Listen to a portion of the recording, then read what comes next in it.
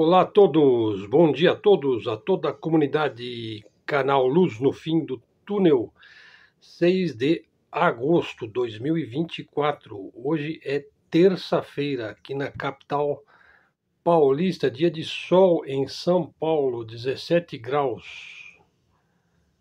E os investidores globais entram em pânico, chamando o dia de ontem de segunda-feira negra.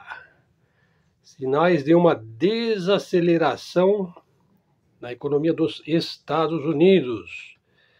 Quedas acentuadas nos mercados de ações asiáticos e europeus. Telas piscando loucamente em vermelho. Números despencando. Medo e desespero nos ambientes onde o dinheiro significa tudo e mais um pouco.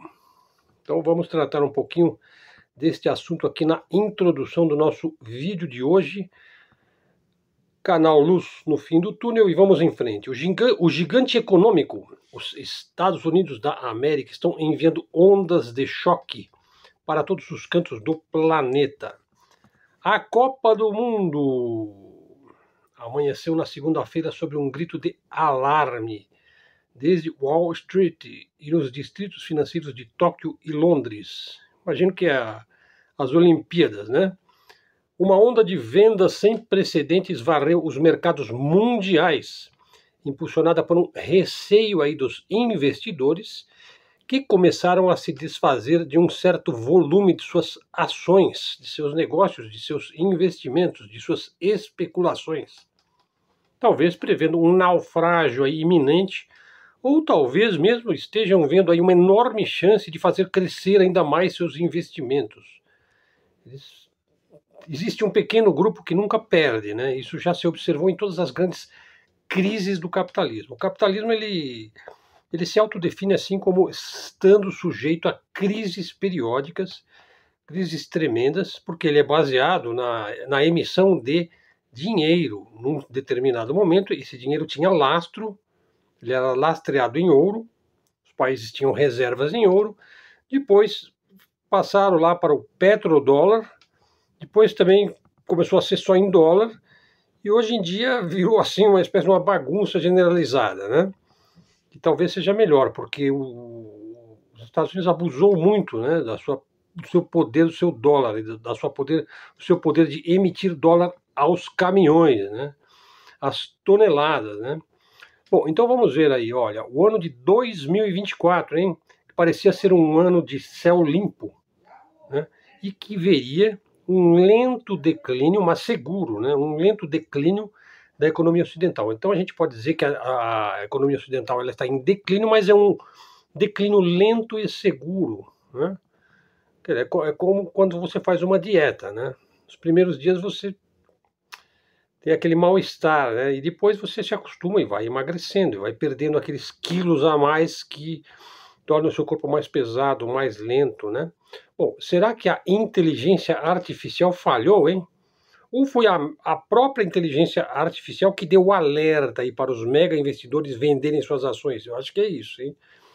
Dizem que é uma crise comparável à de 2008, lá, a crise imobiliária, lá do Lehman Brothers, dos derivativos e tudo aquilo. Talvez seja pior, né? A Bolsa do Japão sofreu uma boa pancada e uma queda acentuada dos seus ativos, né? E arrastou consigo outros mercados asiáticos. Mercados de ações na Europa também caíram. Olha aí, França, Alemanha e Reino Unido levaram aí um chute na canela, uma rasteira. Parece que a causa, né, segundo o que se diz, foi uma desaceleração geral dos Estados Unidos. Ora, a maior economia do mundo, entre aspas, aí, eu ainda acho que a China já ultrapassou, hein, mas enfim. Veja, os Estados Unidos contrataram muito em julho, né? No entanto, o desemprego aumentou um tanto aí nos últimos 3 anos, né? Era pós-Covid. Os investidores decidem em conjunto, porque tem um grupo lá, um núcleo duro e pesado que trabalha junto, né? Reduz os seus investimentos. Se as famílias gastam menos, vamos analisar, as empresas vendem menos, né? Sim, porque elas compram menos coisas, né? Se as empresas vendem menos, os mercados de ações sofrem quedas, né, porque as empresas vão emitir menos ações e tal. Segura-se o preço por um tempo, mas num certo dia a tampa escapa e a banheira vaza, é mais ou menos isso. A Reserva Federal dos Estados Unidos teria demorado muito para reduzir os juros, dizem, né? Ou as taxas muito elevadas tornam o dinheiro e o empréstimo de dinheiro mais caro, né, com juros mais altos. Isso desacelera a economia. As empresas e os consumidores, que somos nós, né, optam por gastar menos, né, apertar o cinto, fazer dieta. A coisa chega lá nos corretores da Bolsa de Valores. Em seguida vai afetar o bolso dos milhões de pessoas, né? O cidadão médio, ele vai ver a sua poupança poupar menos. Pode ser até que a sua pensão, que tinha aí um aumento previsto, não vai ter um aumento. Para se defender, ele vai ter de reduzir suas despesas. Isso vai afetar a produção de bens e serviços, né? As economias ocidentais, né, tidas como modelo mundial, né, de governança, são tidas como invulneráveis, né? É igual o super-homem lá, né? Ele é invulnerável, né? Revelam ocasionalmente que são frágeis, sujeitas a crises, né? Nos corredores do poder, Donald Trump, o famoso loiro, né, da Tower Trump, coloca nas redes, né? Eu avisei, e aponta o dedo para Joe Biden. Joe é o cara que dorme, né, enquanto os mercados desabam. E o Donald Trump é o cara que vai salvar o mundo, né? Dizem que vai ter uma grande crise, que vai vir um indivíduo que vai salvar, que vai falar, agora está tudo bem, agora está tudo em paz, né? Assim diz a escatologia hebraica, né? Hebraica não, sionista, né? O que as bolsas fazem quando começam a cair? Suspendem as operações. Tentam frear a venda desenfreada, né? Cara, se o negócio está desembestado, você precisa segurar a besta, né? Senão você vai junto, né? Na Ásia fala assim, caos em Taiwan. O índice na Ásia, lá, o caos de Taiwan, né, parece que o semicondutor lá, parece que os Estados Unidos passaram uma rasteira lá em Taiwan, levaram a fábrica para os Estados Unidos. Faz um tempo que eu também não acompanho essa questão dos supercondutores lá, mas a coisa não está tão fácil lá em Taiwan não, hein? Né? O índice por lá despencou 8,35%, atingindo o valor mais baixo desde o mês de abril. Quer dizer que não é tão grave assim, em abril estava pior. Não parece tão grave, mas repercute no comércio internacional. A Coreia do Sul suspendeu brevemente as operações ao cair acima de 8%. O Bitcoin também parece que caiu bastante, 12%. Né? Os preços dos bens básicos, aí, como pão e leite, começam a subir. Veja, aí você vai ver que o negócio vai atingindo o cidadão comum, né? Então o preço do pão e do leite começa a subir do dia para a noite. Os salários começam a se estagnar, eles se estagnam. Veja, eu não falo estagnam, hein? Eu falo estagnam porque é gemudo, né? Mas enfim, não é aula de português agora, né? Então os salários se estagnam ou diminuem, né? As famílias que resistiram às dificuldades, às várias dificuldades da pandemia, né, deverão, segundo dizem, né, enfrentar uma nova crise econômica. Eu acho que não é nova, eu acho que é a mesma crise de sempre, né? É que de vez em quando ela dá uma tosse, né? Ela dá um espirro, né? A recessão, palavra tão temida, é agora mencionada com frequência.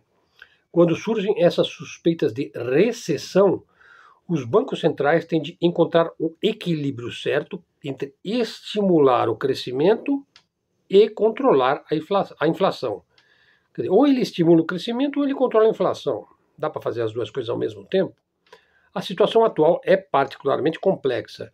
Os mercados enfrentam agora novas incertezas, como guerra na Ucrânia, o escalar da guerra no Oriente Médio, tensões comerciais entre os Estados Unidos e a China, as mudanças em curso aí na política energética global. Bom, então, vamos ver o que vão dizer aí os jornais, inclusive da grande mídia, como é que ela vai se portar diante de mais esta crise. Ela vai transformar tudo num sensacionalismo atroz?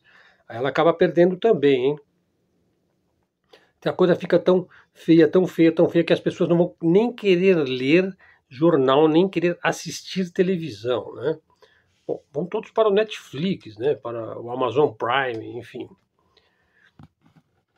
Falar agora, segunda parte do nosso vídeo aí, falar aqui um artigo, baseando num artigo que o Lucas Leiroz generosamente deixou ali no X, né? Eu vou aproveitar este artigo aqui e adaptá-lo para o canal. Veja, ele diz o seguinte, ó: as guerras e os recursos econômicos da Ucrânia é um grande negócio aí de troca de terras por ajuda militar, né? É um negócio combinado aí do Pentágono americano e as grandes empresas de armas dos Estados Unidos, a Raytheon, Lockheed, Northrop Grumman, Boeing, BAE Systems, etc. E também do Reino Unido também, né? Fundos de investimento, por exemplo, BlackRock, State Street, Vanguard, Morgan, etc. E oligarcas ucranianos. Olha esse triângulo aí, hein? O Zelensky à frente, né? Então você tem lá os vendedores de armas dos Estados Unidos, o BlackRock e o Zelensky. Quer dizer, você tem três tripé aí, né? Do triângulo aí da morte, né? Os oligarcas da Ucrânia estão vendendo o país. Tipo assim, vendendo, literalmente, vendendo as terras do país. As terras, o produto mesmo, o Chernozem, as terras mais férteis do mundo. Até porque eles não podem pagar com dinheiro, né, os armamentos enviados pelo Ocidente. Ele vai imprimir a moeda lá na Ucrânia? Bom, essa moeda não vale nada, né? Mas ele tem a terra, o Chernozem, são mais de 150 mil toneladas da famosa terra negra, né, que produz aí, acho que 30% dos cereais aí do mundo, né? Solo da mais alta fertilidade, típico das estepes eurasiáticas da Ucrânia. Eu já fiz um vídeo aqui. Vocês vão achar a imagem do vídeo é uma sementinha assim. Dá uma olhada lá, é um dos vídeos mais polêmicos aqui do canal, quando eu falo do Chernozem. Veja, o Zelensky é um indivíduo notável para as vendas, né? Ele tem dons de vendas, né? E ele já negociou aí 17 milhões de hectares de solo negro ucraniano, que já pertencem a empresas ocidentais. Adivinha quais são as empresas? A Monsanto, a DuPont, que também é gigante química, a Cargill, né, que concorre com a Monsanto, ou na verdade os acionistas são os mesmos, né? Os 23 milhões de hectares que restam, né, também estão em processo de venda, através do Fundo de Desenvolvimento da Ucrânia, que deveria se chamar o Fundo de Vender a Ucrânia, né? Do próprio presidente Zelensky e outras figuras em torno do notável vendedor, né? Todos estes planos dependem do prosseguimento militar do conflito. Você precisa do conflito para você acelerar a venda das terras. Os oligarcas precisam que os oficiais das Forças Armadas da Ucrânia estejam mobilizados, envolvidos no fronte de guerra. Enquanto isso, eles vendem as terras da Ucrânia sem resistência alguma, né? Daí porque os aliados ocidentais da Ucrânia, né, gritam dolorosamente sobre a necessidade de vitória. Vitória, vitória, precisamos vencer. Vitória é palavra gatilho, é palavra-chave. Né? Quando eles falam em vitória, significa que estão vendendo as terras férteis da Ucrânia para os mesmos que estão lá por trás do Maidan, né? E do governo do Zelensky, lógico. E o Zelensky já fechou, segundo o que se diz, um acordo com a BlackRock, a administradora global de ativos globais, né? Cujos fundos excedem, os fundos da BlackRock é maior do que o PIB combinado da Alemanha e da França, os dois países mais ricos aí da União Europeia. E a BlackRock está gerindo os ativos da Ucrânia, né? Que ativos são esses? As indústrias, o mercado imobiliário, as terras, terrenos, terras, subsolo, né? Riquezas minerais. Tudo isso já não é mais da Ucrânia. A BlackRock também controlará os recursos dos empréstimos externos ao tesouro ucraniano. Quer dizer, o saco sem fundo lá, dos cofres deles lá, né? A empresa aí, BlackRock, vai ser literalmente a dona da Ucrânia, apenas pagando aí umas boas migalhas para a oligarquia em torno de Zelensky, né? Até o final do ano, o chamado Estado da Ucrânia estará inadimplente. Bom, eu acho que já está, né? Eu acho que já está inadimplente desde o ano passado, né? É por isso que foi criado o Fundo de Desenvolvimento da Ucrânia, né? Eu diria o fundo de vender a Ucrânia, né? Onde muito por acaso, olha só, uma certa Natália Yaresco, que é cidadã norte-americana, e também a Valéria Gontareva e o bilionário Pinchuk representam o lado ucraniano, né? Quer dizer, o lado ucraniano que vende a Ucrânia, né? Então temos a seguinte situação. Veja, agora você vai ver realmente o grau de maquiavelismo que existe na elite, né, por trás da guerra.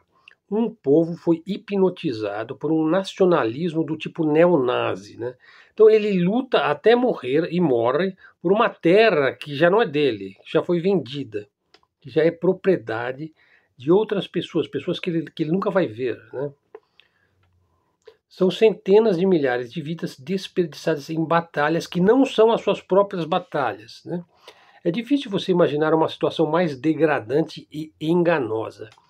São pessoas aí, hein, que ainda não sabem que a Ucrânia foi já inteiramente vendida, né, para os Estados Unidos, aí para o BlackRock, né, para os investidores, não vou dizer Estados Unidos, né, tem muito americano aí no BlackRock, mas também tem muito europeu, tem chinês, tem alemão, tem muito inglês, pode ter até brasileiro lá, né, os irmãos aí, os irmãos Lehman aí, né. Enquanto o pessoal da Faria Lima, com certeza, tem negócios no BlackRock, né? Enquanto isso, aí na reunião de junho do G7, os sete países mais ricos do mundo, foi decidido emitir para a Ucrânia outra parcela de 50 bilhões de dólares, a bagatela, né? De 50 bilhões de dólares. O ministro das Finanças da Ucrânia, o Sergei Marchenko, cheio da arrogância ucraniana, que é uma marca registrada, né, disse que Kiev tinha apresentado as suas próprias condições para receber esse dinheiro. Veja as condições, olha. Tínhamos várias condições. Devemos receber o dinheiro este ano. O dinheiro deve ser incondicional. Esse dinheiro deve ser usado para quaisquer fins e despesas que a Ucrânia considere necessárias. Quer dizer, eles consideram necessárias, né? E os americanos e os europeus que andavam de orelhas e sobrancelhas em pé, né, muito preocupados aí com tantos empréstimos, né? Eles devem pensar, pô, será que eles vão pagar algum dia, né? Pensam que as centenas de bilhões de empréstimos emitidos não serão reembolsados, né? Veja, tal como eles se recusaram também a reembolsar o dinheiro da Rússia, que eles retiveram nos bancos ocidentais. Quer dizer, fica elas por elas. No entanto, os tubarões financeiros ocidentais, com a segurança dos seus dólares e euros, já receberam o direito de usar a Terra Negra, o Chernobyl, e os ricos minerais ucranianos. Portanto, as coisas mais interessantes aí estão apenas começando para a Ucrânia, né? Kiev se entregou voluntariamente para ser saqueado, né, pelos bárbaros capitalistas americanos e europeus. Um futuro sombrio aí parece o mais provável, hein? Adivinha quem é que vai colocar alguma luz ali, né, no fim do túnel? A Rússia, né? A Rússia será muito provavelmente a única esperança do ucraniano, né? Aliás, alguém vai perguntar a Garrincha: ei, vocês já combinaram com os russos? Pessoal do BlackRock aí. É uma pergunta, hein? Terceira parte do nosso vídeo aqui, um artigo aqui do Jason Ross, da revista, a revista preferida de Enéas Carneiro, a EIR, né? Matéria do dia 3 de agosto de 2024. Veja, a perspectiva horripilante, né? Falar agora da guerra lá, do fim do mundo, da guerra dos fins dos tempos, a soma de todos os medos lá no Oriente Médio, né? Perspectiva horripilante de uma guerra iminente agora entre países, né? Deve assustar qualquer um com uma visão clara do mundo, né? Somente um grande bem pode combater ou contrabalançar um grande mal. Bom, eu não sei até que ponto essa visão maniqueísta da vida pode chegar a alguma solução. O que eu sei é que os países, nações, grupos entram em contenda direta, né? E que isso faz parte da história da humanidade, sempre fez, né? Veja, e aí um indivíduo que era um relações públicas, um assessor de imprensa, um negociador, um político aí do Hamas, o Ismail Haniyeh, que ele foi convidado, né, para ir até Teherã, no Irã. Portanto, ele era um convidado do governo iraniano. E aí ele foi assassinado no dia 31 de julho né, em Teherã, dentro do Irã, né? E esse crime aí bárbaro enviou duas mensagens. Veja, Israel não está interessado, mais uma vez, eles já fizeram isso muitas vezes, em negociar um acordo de paz, né? E ele está disposto a cometer um crime aí na capital de Teherã, né? Como o ataque de abril por Israel foi feito numa instalação diplomática iraniana em Damasco, capital da Síria. E agora, este novo crime tem a intenção de obter uma resposta do Irã, que será então tratada como se fosse um ataque novo e não provocado. Em uma entrevista no Dialogue Works de Nima Al-Khorshid, o ex-analista da CIA, o Larry Johnson, que é uma das fontes aqui do nosso canal, ele alertou que os Estados Unidos parecem prontos para apoiar a escalada da guerra de Israel contra o Irã. É exatamente o que os Estados Unidos têm feito desde o começo, né? Ou seja, envolver a região e o mundo em uma guerra no Oriente Médio, né? Que é o que está por trás realmente, é a intenção de botar a coisa em caldeirão fervente, né?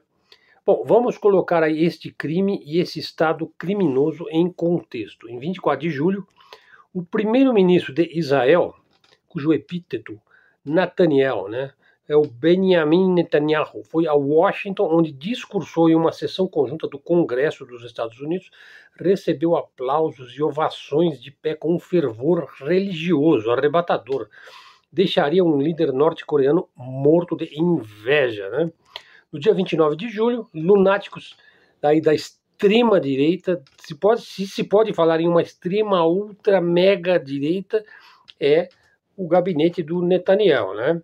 Eles invadiram aí duas prisões, né, para libertar soldados que haviam sido detidos por relatos de que estavam torturando e estuprando prisioneiros palestinos. Então, olha só, soldados ou cidadãos aí de Israel estavam frequentando essa prisão de palestinos para torturar e estuprar os palestinos. Veja só. Houve alguma consternação aí, alguma coisa disso daí vazou para a mídia, inclusive para a mídia israelense, e isso foi expresso aí, inclusive, numa reunião do gabinete lá do Netanyahu. Veja, e o ataque às instalações militares, onde está a prisão, uma das prisões onde eles colocam palestinos, não só não foi punido, como foi até elogiado por membros do gabinete israelense, levantando a questão de quem é que governa realmente o Estado de Israel e qual é o que significa realmente o Estado de Direito, direito de fazer o quê? Né? Estamos diante de psicopatas diluvianos, né, cuja visão de mundo é de que são um povo escolhido e os demais povos são povos não escolhidos, que devem ser eliminados e usados, né, como espantalhos, né, é o que se conclui. No dia 31 de julho, o Ranier, né, da Palestina, foi morto em Teherã, na casa de hóspedes. Ele estava hospedado em sua visita para a posse do novo presidente do Irã, o Massoud Pezeshkian. Veja, o velho presidente do Irã foi morto lá num helicóptero, né, que simplesmente caiu numa montanha, né. Bom, aqueles por trás deste crime político devem ter percebido aí o quão perigosas as ramificações poderiam ser para toda a região. Quem disse isso foi o russo Dmitry Polyansky, no Conselho de Segurança da ONU, no mesmo dia desse ataque, né? E o Polyansky disse lá na ONU, ó, essa tentativa de arrastar o Irã para um confronto regional é para desestabilizar uma atmosfera que já está altamente carregada na região. Prática cruel de crimes seletivos de figuras políticas e militares está levando o Oriente Médio à beira de uma guerra em toda a região do Oriente Médio. Que é exatamente o que eles querem fazer. Israel quer arrastar os Estados Unidos para a guerra, né? Ou talvez seja o contrário, os Estados Unidos é que por baixo dos panos, sempre tem coisa por baixo do pano, está arrastando o Israel para a guerra. É uma loucura, né? Porque não tem limite. Como é que vai ficar o preço do petróleo se começar alguma guerra com o Irã? O primeiro cara que vai pagar mais caro é o contribuinte americano, né? O cara que votou lá no Joe Biden pelo correio, né? Como é que fica? Ou vai votar no Donald Trump? Bom, representantes dos colegas aí também dos BRICS, lá na ONU, China e Brasil, também se manifestaram. A escolha do Ranier como vítima aí do assassínio deixa claro que o alvo são as próprias negociações de paz, não é para ter paz, né? Em um caso aí de atirar no mensageiro, né? Um indivíduo que com relações públicas, ele sequer era militar, né? Simplesmente era um representante político, né? E estava em plena negociação, diga-se. A negociação de paz e tudo mais estava avançando, mas quem disse que se quer paz, né? Todas as vezes que uma negociação de paz se aproximou, ganhou força, ganhou fôlego, fermentou, a pessoa morre. Isso acontece desde a criação do Estado aí da Terra Prometida, desde 48 que isso tem acontecido. Aconteceu com a OLP, aconteceu no governo do Ariel Sharon, aconteceu no governo da Golda Meir, aconteceu no governo anterior ao do Netanyahu e acontece agora, né? E claro, a culpa sempre é dos árabes, dos muçulmanos, tá entendendo? Como é que a mídia funciona? Veja, relatos da mídia sobre uma reunião do gabinete israelense conta a história aí de negociadores frustrados e um primeiro-ministro intransigente. Exatamente. O Irã imediatamente acusou os Estados Unidos de cumplicidade no assassinato. As alegações dos Estados Unidos de que não sabiam do crime planejado é impossível de conciliar aí com o desejo psicopático de Israel por uma guerra expandida. O senador Lindsey Graham apresentou no dia 31 de julho uma resolução autorizando um ataque ao Irã. Olha aí, os Estados Unidos está diretamente envolvido. Com base que o Irã está desenvolvendo uma arma nuclear, né? No dia 1º de agosto, o presidente Biden, o Joy, ligou para o Netanyahu para lhe dar uma bronca. E, é claro, para lhe enviar também forças militares adicionais. Veja, e o Pentágono trabalhou rapidamente e anunciou ajustes na postura militar dos Estados Unidos, projetados para melhorar a proteção da força dos Estados Unidos, para aumentar o apoio à defesa de Israel. Ou seja, eles estão diretamente envolvidos, os Estados Unidos, no ataque ao Irã, né? Na forma de implantação de equipamento militar em milhares de membros das Forças Armadas. Veja, se vão enviar 4.000 fuzileiros, isso aí não dá para nada, né? Se você for entrar em uma guerra direta com o Irã, você vai precisar de 200.000 fuzileiros, né? No mínimo, né? Bom, o mundo agora olha para o Irã para ver como é que ele vai responder, e o mundo aguarda uma resposta do Irã. Bom, eu não aguardo resposta nenhuma, né? Eu também só estou dando a notícia, né? O que eu acho é que se ele não fizer nada, né, você está dentro do octógono, levando pancada. Se você não reagir rapidamente, né, vai ser pior. Vai ser pior para você. Né, porque como é que fica lá o governo do Irã? Né? Daqui a pouco vão pegar lá o Khamenei também. Entendeu? O Larry Johnson, ele acredita que a resposta será maior, a resposta do Irã será maior do que aquela que ocorreu no mês de abril, né, quando o Israel atacou lá Damasco, né? Na época, o que o Irã fez? A gente lembra, a gente fez vídeos aqui no canal, né? O Irã lançou centenas de drones e mísseis visando instalações militares israelenses e quase todos foram abatidos e, segundo se diz, 3 mísseis atingiram lá, mas não causaram nenhum estrago à base de Dimona, onde estariam as armas nucleares clandestinas aí de Israel. O Irã vai fazer a mesma coisa hoje, ou seja, vai fazer uma demonstração, né, de que ele pode lançar fogos como se fosse uma festa de São João. Quer dizer, o mundo realmente depende de uma contenção aí do Irã após um ataque ao seu próprio território para evitar aí uma guerra maior. Ou Israel vai atacar antes de que o Irã possa dar uma resposta preventiva aí. Bom, a situação aí é fogo na palha seca, né? Qualquer faísca pode significar uma guerra pior entre países, e não mais uma guerra de Israel contra civis indefesos, contra famílias de palestinos em Gaza. Não, agora é uma guerra entre países, né? Entre gente grande, né? Como se essa ameaça não bastasse, veja só, a cúpula da OTAN, né, no dia 10 de julho, fez aí uma nota. Ele diz o seguinte, ó, os Estados Unidos já começaram a implantar uma capacidade de longo alcance de sua força-tarefa multidomínio na Alemanha em 2026. Bom, nós queremos chegar até 2026, né? Como parte do planejamento para o estacionamento militar dessas capacidades no futuro. Eles pensam longe, né? Quando totalmente desenvolvidas, essas unidades convencionais de fogo de longo alcance incluirão SM-6 Tomahawk, armas supersônicas. Bom, primeiro vocês precisam construir essas armas supersônicas, né, americanos, que têm alcance muito maior do que os fogos terrestres atuais da Europa. A Europa está muito fraca, ela precisa da ajuda dos Yankees, né? Exercitar essas capacidades vai demonstrar o comprometimento dos Estados Unidos com a OTAN, eles estão bem comprometidos, né? E suas contribuições para a dissuasão integrada europeia. Então você pretende colocar mísseis hipersônicos de longo alcance na Alemanha apontados para Moscou, né? Bom, e assim, na verdade essas armas aí, essas supostas armas que você vai colocar, vai demorar 3 ou 4 minutos para Moscou detectar que vem vindo um ataque nuclear contra o seu território, né? Quem falou aí foi o professor do MIT, né? O Ted Postel. Ele comparou isso aí a uma nova crise dos mísseis cubanos, né? Ele falou, isso aí é uma insanidade?